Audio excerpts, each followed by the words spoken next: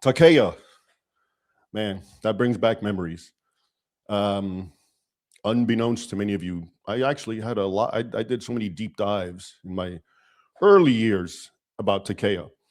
In fact, if you know a thing or two about Taqiyya, there's a good chance it traces all the way back to stuff I wrote back in the early, or like 2007, 8, and 9. I mean, if these stories are old, but so what basically happened is around 2005 or 6, I was working at the Library of Congress. And that's when, maybe you heard the story, I found all these Arabic writings by Ayman Zawahiri, by Al Qaeda, by Osama bin Laden, et cetera, et cetera. I came across all these Arabic writings, and out of it came the Al Qaeda Reader, my first book. And what really struck me, this was my first introduction to the concept of Taqiyya. Actually, Osama bin Laden and Ayman Zawahiri were talking about it, and they were practicing it. That's how I was first introduced to it, while researching and reading these Arabic texts at the Library of Congress first by Al Qaeda, but then so many other.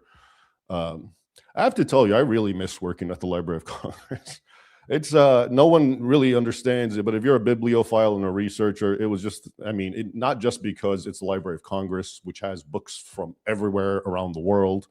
I think every country would send 2 copies of whatever language, and of course, all English language American books that you can find anywhere, you're going to find them there. But as an employee, I actually had access to them, direct access to the stacks. If you're just part of the general public, you can use the books, but you have to actually submit a request, and then someone like me would go get it. Usually I would go, and then I'd get lost reading what that person wanted. No, I'm kidding. But anyway, I'm just thinking back to those days and how I came across all this stuff. So there were a lot of writings about Taqiyya, about Islamic doctrine and deception, et cetera, et cetera. And of course, Al Qaeda was engaged in Taqiyya, deception, which was basically, and that's why I wanted to write the book and translate Al Qaeda Reader, because they had been messaging the West with communiques saying the grievance mantra. Okay, we attacked you because you attacked us. If you leave us alone, we'll leave you alone. There's nothing doctrinal about it.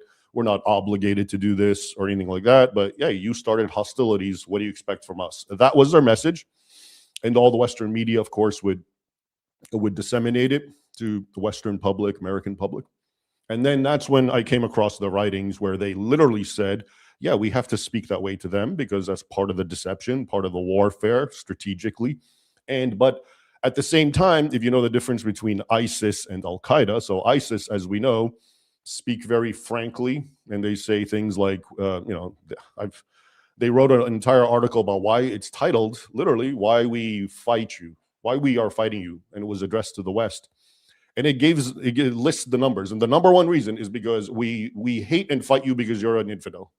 Okay, so it's as I always say, ISIS is refreshingly honest, at least. Al Qaeda didn't do that. Al Qaeda actually still played the sort of grievance thing, but then in their communiques and writings in Arabic to fellow Muslims, they sounded like ISIS. So that's what struck me. That was my first sort of initial experience with Taqiyya. And then I did a really deep dive into the doctrine. I was very much interested in doctrine back then. We're talking again, like I said, 2005, 6, 7, 8. And all those years I was working at the Library of Congress. So I had a lot of access to all these books, Arabic books. But I made a lot of photocopies, I'll have you know, when I left. And my earliest writings, if you look at them, actually one of them was called Truce or Taqiyya. And it was about how bin Laden's always offering truces and an olive branch. And the point of the article would be, well, is that what it is? Or is it just Taqiyya? And then I would get into the concept of Taqiyya. And before long, I sort of made a name as the guy who knows about Taqiyya. And I was actually commissioned by, this is kind of a funny but sad story. I don't know if you remember, I don't even know if they exist anymore. They were called Jane's Islamic Affairs Analyst. It was a journal, and I think it was subscription only. I don't even remember if it was online or just a physical magazine journal. Anyway, it was very analytical. It was sort of made for the intelligence and military community. And one of their editors commissioned me to write about Taqiyya. And I did. I wrote a whole essay, and they published it. And before long, I just remember, and he loved it. And then I started getting calls from him, and he was kind of a younger guy, so I feel bad. Actually, he was probably my age. I was a younger guy too. We were probably both early 30s. And but I felt bad for him. His voice was shaking, and he was like, "Oh, what should I do?" He was, I don't know if they fired him, but he got in a lot of trouble because he actually allowed what I wrote to be published, that essay about Taqiyya. And I don't know, he panicked, and then but they couldn't really withdraw it. It wasn't that easy back then. Again, it's physical copies.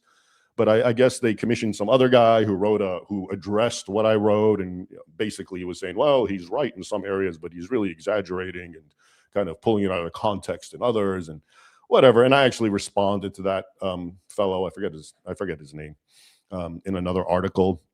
And so I did create a little controversy back then about Taqiyya.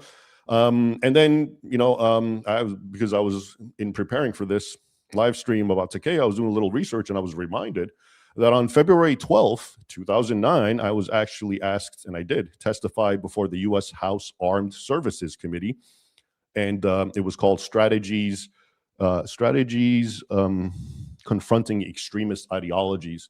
And if you want to see my actual testimony and my document, you can probably just put in what I just told you, and it'll come up. But a big portion of it was talking about Taqiyya, about how Westerners are not really cognizant of this sort of license to lie, which we're going to get into. And anyway, okay, so that's the background of why I've always been interested in this topic of Taqiyya.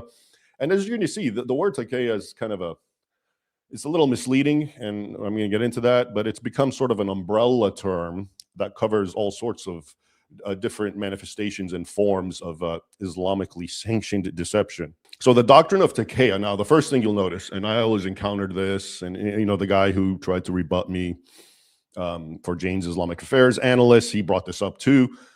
And you'll always hear this: Taqiyya is a Shia thing, okay? The Shias, as opposed to the Sunnis, being the two main Muslim denominations, as it were. Of course, Sunnis far outnumber them. Something like 90% of the Muslim world is Sunni, maybe 10 is Shia. But you'll always hear the number one sort of rebuttal is, well, that's a Shia thing. It just deals with that small minority, not 90% of the Muslims, okay? And, well, there's a reason for it, okay? So actually, yes, the Shias, you can say they've really perfected the art of Taqiyya. And by the way, just to make this timely and relevant, don't forget, Iran is a Shia nation, okay, for what that's worth. But here's why it's always associated with the Shias. The Shias, because they were the outnumbered minority amongst the Sunnis, and the Sunnis were out to kill them, because the Sunnis are out to kill everyone. Well, no, especially the Shias in this context, because they're heretics. So the Shias living amongst the Sunnis, being far outnumbered, had much more reason and cause to dissemble their beliefs, okay, and hide their true intentions, all right? So that's why for centuries, the Shias have been associated with Taqiyya, to the point that it's almost become part of the culture. It's so imbibed and interwoven with their culture, because they always lived in fear of the other Muslims, the Sunnis. And so they would, for example, act 24/7 like they were Sunnis. They would pray like Sunnis. They would follow the exact Sunni teachings and formulations. But in their heart, they remained Shias, okay? So that's why it's on the one hand conflated with the Shias, as if it's only they who do it. It's not. But of course, historically, they had more reason and cause to do it, okay?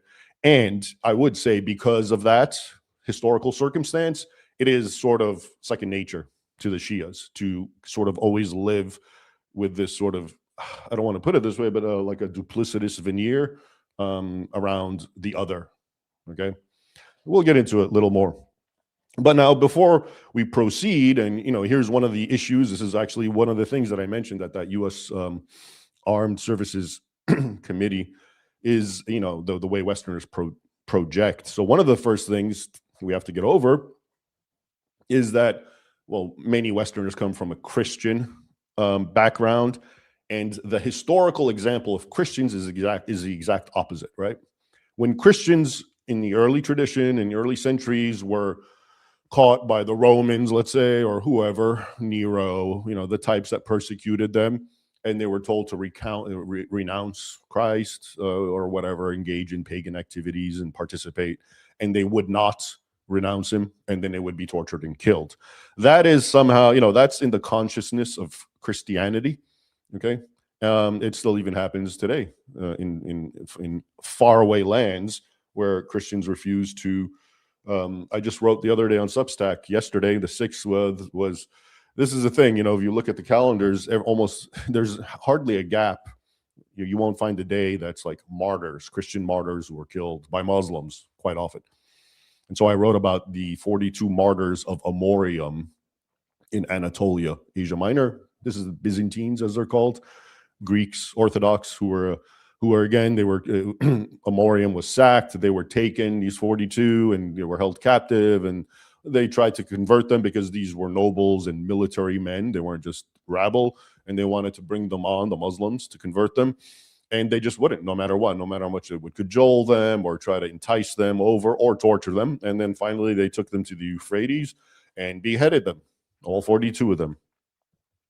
And why I remembered it is because less than a month earlier, on February 15th, fast forwarding to today, or 11 years ago in 2015, is, of course, the infamous video of 21 Copts, or 20 Copts and one West African man from Ghana, who, same reason, they refused to renounce, were taken by a body of water in Libya, Sirte, and beheaded.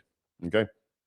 So that kind of thing is sort of built in the Christian consciousness, which is we don't lie about our faith, even at the edge of the sword. Now, of course, a lot of people have throughout history and now, but it's not seen as a good thing.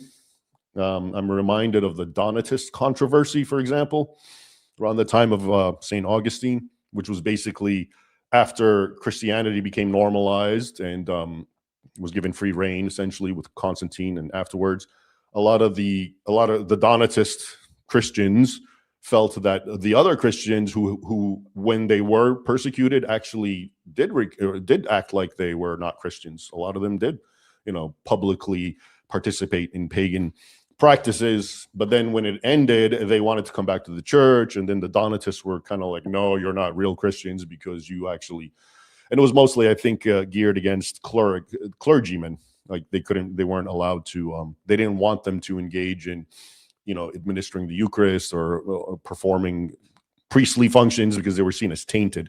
Okay, so I tell you all this to show you that the Christian idea is that, when it comes to someone who is actually attacking you or threatening to kill you or whatever because of your faith, it's always been the Christian thing to at least want to not to resist unto death. Not that all of them did it, but the ones that didn't do it were not exactly proud of themselves and patting themselves on the back and feeling good about it, I'm sure. Okay. And a lot of Westerners, because of that sort of mentality, project it on other religious people, including Muslims. So they think, obviously Muslims, if you threaten them and say, hey, recant, renounce Muhammad, you'll still have a core of them who'll say, never, and I'll die. Nope, not at all. Not like that at all. In fact, Muhammad himself approved of his own followers denouncing him, okay, and condemning him publicly as a stratagem for themselves, for example, to not get hurt or killed, and also as a stratagem of war to kill the infidel. Very, very different how, let's say, the Muslims and Christians approached it. And that's the big problem, because, again, too many people from a Western or Christian point of view just project themselves constantly, okay? And they don't get it. Well, before I forget, I was talking about the Shias and how they were, and how, they had to practice this sort of internalize their religion because they were living amongst the Sunnis. Now, as fate would have it, the Sunnis find themselves in a very similar situation, don't they? Because the Sunnis are living in Western nations. They're the minority. And now they fear for themselves, okay? And so they have just as much reason as the Shia to dissemble their true beliefs and, their true intentions. So just something to keep in mind.